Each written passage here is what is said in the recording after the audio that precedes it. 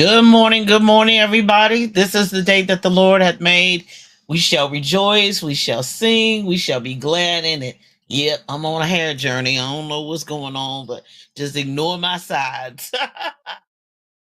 I'm Dr. Julia Royston of BK Royston Publishing, Royal Media and Publishing, and the Book Business Boss Consulting, helping you get your message to the masses, turn your words into wealth, and be a book business boss. So today, we're still in April and it's still time to get in position. And last week we talked about adjustments. Got to make some adjustments. Get in position, and we need people in relationships. Get in proper alignment and position, and also being open to new people and new relationships, because some have entertained strangers, angels. Be careful meeting strangers, because some have entertained the angels unaware. And I recently was at an event, and Brian did not go. It was local. It was only about 40 miles out to E Town. And he said, do I have to go to this? Do I need to go? I said, no, you don't need to go, because I knew it was a smaller event. And then secondly, I always make friends easily at events. Now, it doesn't happen every time. Sometimes I have to make folks speak. Sometimes I have to keep going until I get it in. But, um, you know, it always seems to work out. And yesterday I had two ladies, one on each side, and even two or three around the corner, at this event, who were very nice to me, very friendly, etc. Of course, I'll always meet people, and one of the things that I say, being in the marketplace, and Jesus was often found in the marketplace, because I really do enjoy meeting people, and people are really key to what I do business wise. Now, I can be like the comedian Charlene. Sometimes I people out. Sometimes I have enough away from a lot of people, and I have to handle a lot of people, and then I need to pull up and pull back. Jesus did that too. He went away by himself, away from the disciples, away from everybody, to pray and be strengthened and hear from the Father, the whole 9 yards. So, people in relationships is a lot, and having relationships. But fortunately, at the core of me, I do get along with people. I do enjoy people. So that, you have to start there. If you struggle with the people thing, you're going to struggle in business. You're going to struggle in life. You're going to struggle in uh, moving any kind of project or any kind of idea you're going to move forward. I recently have seen multiple emails from someone, and they're restarting and relaunching over and over again. And one of the things, they're not my coaching client, so, but I would tell them, you gotta, excuse me, you gotta figure out what you're gonna do and be consistent, because people will keep moving. If you're not out there, and especially in business, if you don't remain consistent, then therefore people will move on, because there's a lot of competition. There's a lot going on in the marketplace. There's a lot. And so therefore, being in the marketplace, you got to like people. Now, one of the things about Jesus is, of course, his ability is his humanness and divineness made him a magnet for people. Wherever he went was a throng, because he was doing good. He was healing the sick, opening up blinded eyes, unstopping the deaf ears, getting people up out of caskets, raising them from the dead. Lazarus was the testimony, getting him up out of the tomb when he had been buried and dead for 4 days. And oh my gosh, the sister said, Jesus, no, he stinketh. But he still raised him, doing the miraculous. So when you're doing good and helping other folks and feeding 5,000, that doesn't include the women and children, sure, you're going to have a throng. But then sometimes that same throng will say, crucify him, give us Barabbas. So people are funny. But one of the things about Jesus, even though he was divine and all man and all God, he still had a team. And I don't know how many times I've said that, but I've said that over and over again. And he said that to me, follow me and I will make you fishers of men. He had a team. Now, some of that team was the inner circle. Remember, he had a core, Peter, James, and John. That was the inner core. We even remember three of them. They was in, and then it went out, and then the whole team of 12, and then he sent them out two by two. And then he called more disciples that we really don't even have the names for. But he had a team. And so that people and relationships to really properly position you to do what you do is really necessary. Now, you can't go to my website and see this one does that and that, but I do have a team. Don't get it confused. Don't get it twisted. It may look like I can do it all by myself, but I can do all things through Christ. But for this business, Christ is going to require that I have some other people on my team. And number one, to get in position, there are some people I just relate to, have instant connection to, and I'm like, ooh, we need to talk again. Ooh, I need to interview them. Ooh, there's some people I can relate to. That's the root of relationship. It's people that you can relate to. Now, it doesn't necessarily mean they need to be with you 24/7 all the time, everywhere you go, but you can relate to them. You understand them.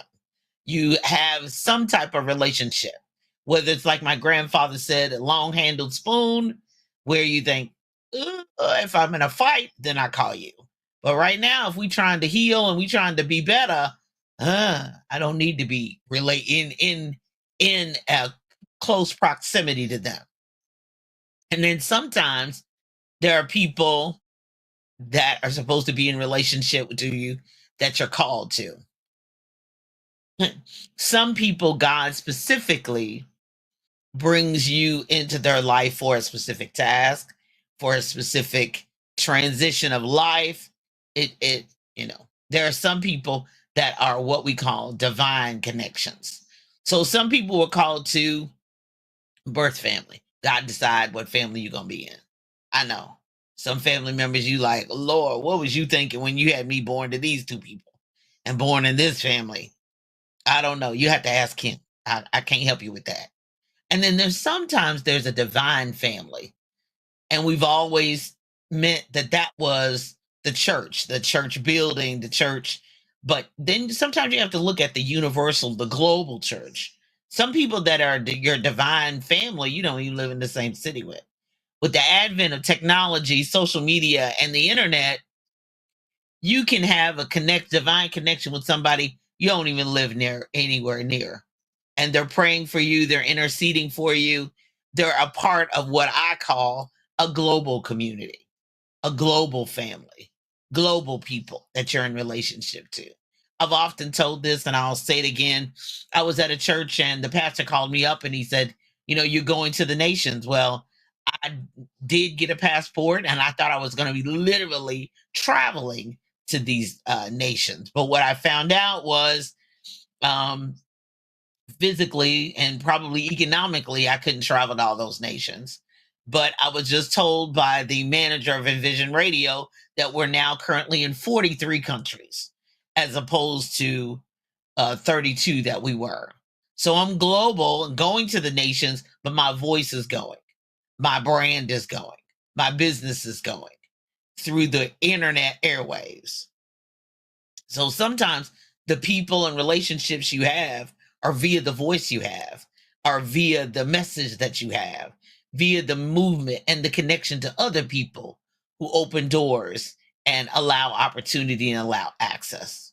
So 43 countries, I could probably do that on my own, maybe over time, if I figured it out and took the time. But being associated with someone else, the access is quicker. The access is immediate. The access grows when they grow. When I grow, they grow. As they grow, I grow.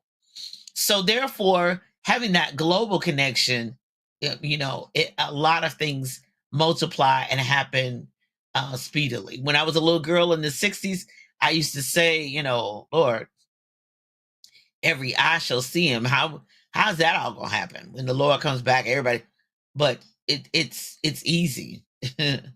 Even with technology, 90 some percent of the people in the world have, so getting a global message out is getting easier and easier, even with the billions of people on the planet, and the reach can get faster and further.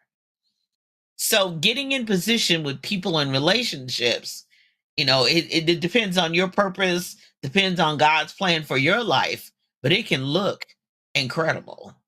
It can even blow your mind. And so when she sent me the notice saying, okay, Julia, it's no longer 32 countries, it's now 43, I'm like, okay, so the reach of the station is expanded. So now my potential reach has expanded. The reach of people seeing and knowing and all of that has expanded. So therefore, Jesus said to his disciples, follow me, but we're also called to follow him as well. So getting in position requires that we follow him, because he's going to take us some places. He's going to have us do some things and go through some things. So there are some people that we're related to by birth. There's some people we're called to. Sometimes it's a divine family that God has put together. Sometimes it's a global family that God is putting it together. Some people will only be the voice in the community. That's their call. That is their purpose. There are community leaders. They're recognized globally, but they're called to that community. Sometimes you're called to your street, to your neighborhood. And as much as people like, oh, child, you playing small. No, you're just true to the call that God has for you. So you're in position, you're positioning yourself to go to the town hall meetings. You're positioning yourself to help the children in your neighborhood, to help the children, because that's, to me, the most effective is, one, knowing who you're called to, the audience you're called to. That's important even in business, that you're selling something or that you're providing a service or product for who the community you're actually called to. Who are you called to speak to? That's what I tell authors even before, when we start writing a book. Who do you want to talk to? Who are you called to talk to?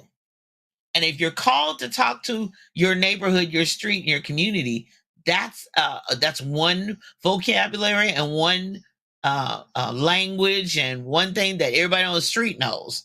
But when you transfer that to a corporate or a business community, that's a different language. That's a different perspective. You still bring your community experience, but when you move into a corporate arena, that looks different, and that should be different. And even when you take that corporate community into a global setting, now you've got other people's experiences, other people's backgrounds, other people's cultures, other people's dress codes, what's inappropriate, what is appropriate. You have to take a lot of other things into consideration. And then lifestyles and relationships and, you know, the way people feel about women, the way people feel about Black women, the way people feel about men. I mean, all that has to be taken into consideration if you're going to get in position to where God wants you to be. And if you have a bigger, more global reach and a global call. Last week we talked about adjustments, April, adjustments. And today is people and relationships. APR. Hello, April. People and relationships. It makes a difference. And it's going to make a difference how high you climb. And even in the and how far you go and how wide your reach is. And some things people are like, oh, I don't ever want to be on media. Well, I mean, if I want to continue to move my business and continue to move the message of what he's called me for, I have to hit the go live. And when he's telling you and you're saying yes to God, and he says, follow me, and you say yes, I'm gonna write that book, One Yes. It makes all the difference in the world. Where you go, what you do. It's 9:30. I'm not on the road. I'm sitting in this chair. 9:30 a.m. Sunday morning. I've been called to this for 5 years. I don't know how long I'm gonna be doing it. I don't know when he's going to tell me, okay, that's enough of that. But right now, he's already given me the outline of what to talk about in May because that's the way he knows I move. As he knows that's the way I think. So when you say yes to the follow me, get ready for adjustments to be made, people to come, and people to go. New relationships to be formed, and old relationships to be different. Just because I don't talk to you every day and I don't talk to you every week and hey girl, what's going on? I don't mean I fell out of love with you. That don't mean I still don't pray for you. That still doesn't mean I don't care about you and want the best for you. I'm in a different season. I'm in a transitional season, and you are too. And we're all transitioning. It was different when I was 31. I had different requirements, but now I'm 61. I'll be 62 in May. The Lord be willing, and He lets me live. And so my experience, my scope of influence was different at 31. And the people I was with, the places I would go, the way I would spend my money, way I would spend my time is different than I'm 61.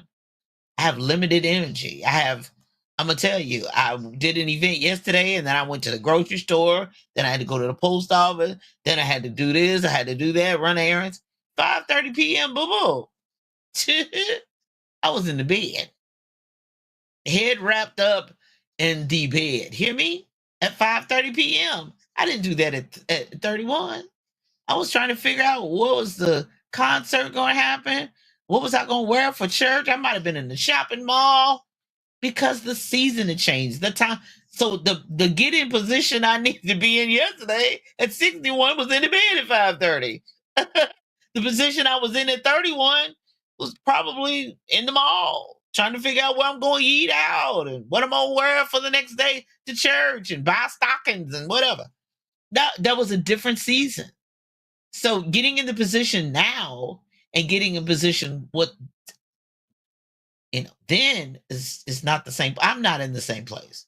I'm not in the same position. I'm not in the same. My responsibilities have changed. I'm retired from teaching. I punch a clock when I want to punch a clock. I get done when I need to get done, when I want to get done. And I meet with people when I want to meet with people. I mean, it's a totally different life. But when I say follow him, when I say yes to him, he said retire at 55. I was like, God, if I could just yeah, 55, you're going to retire. Yes. Because you got a whole business calling you. You got me calling you, wanting you to do something different. Sundays was normally for lesson plans. Sundays are now do this at 9:30, take care of the rest of the house, maybe have breakfast, whatever. I could be with technology, I can visit 20 churches on Sunday morning. I mean, you know what I'm saying? It's a different life. It's a different time. It's a different period. But I have to get in position. The position God's called me to and where He's called you to is two different places. And a lot of it has to do with people and relationships. And number one, of course, is my relationship with Him. But it does involve people for the rest of my life. I hope that helps you so that you can live your best life, which is coming up at 10 a.m. Eastern Standard Time on envision-radio.com.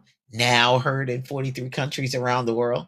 And we're super excited about that. Congratulations.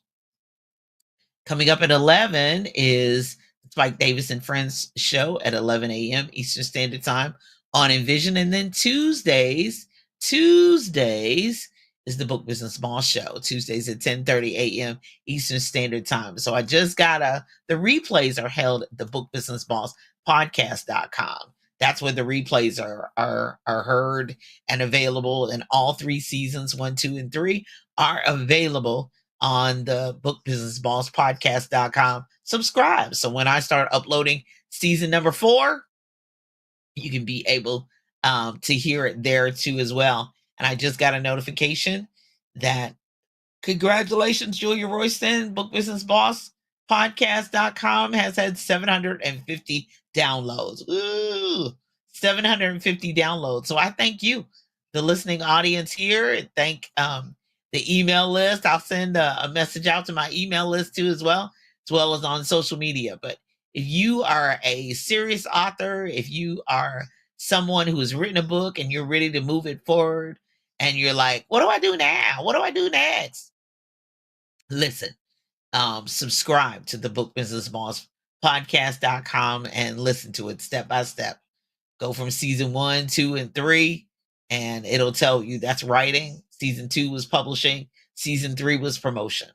Season 4, we're talking about the book business. So we're ready to go. We're ready to get that done and to continue to move that forward. To purchase Julia Royston books, go to Spirit Filled Christian Bookstore in Birmingham, Alabama. Next Chapter Bookstore and Gift Shop in Ben's Boys, located at 2711 Grandview Avenue in Greensboro, North Carolina. Brew and Sip, beautiful setup there. Thank you, thank you, thank you. Brew and Sip Coffee Bar at 2860 Packer Lane Way in Louisville, Kentucky. Janami Bookstore, books and more. They've got all kinds of artifacts in there and all kinds of gifts and shopping and all that good stuff. 636 South 18th Street in Louisville. And then the Book Nerd Fam, it's the mobile bookstore. They're on the road. They're also find them on Facebook at Book Nerd Fam and be able to find out where they're going to be next on the road, as well as upcoming events. So I trust that that helps you. And those of you who are interested in writing a book, or you've written a book, I find that people, oh, I've written about 12. Have you published anything yet? No. So let's have a conversation about that. Let's find out what your vision is for your book and your message. So if you are ready to take that next step, or you just want more information, let's have a conversation at talkwithroyston.com. That's talkwithroyston.com. And all of my other online stores and all that good stuff, go to juliaakroyston.com. That's JuliaAkroyston. You all be blessed and have a phenomenal rest of the day and the week, and continue to move forward. Get in position in April. Be blessed. Bye bye.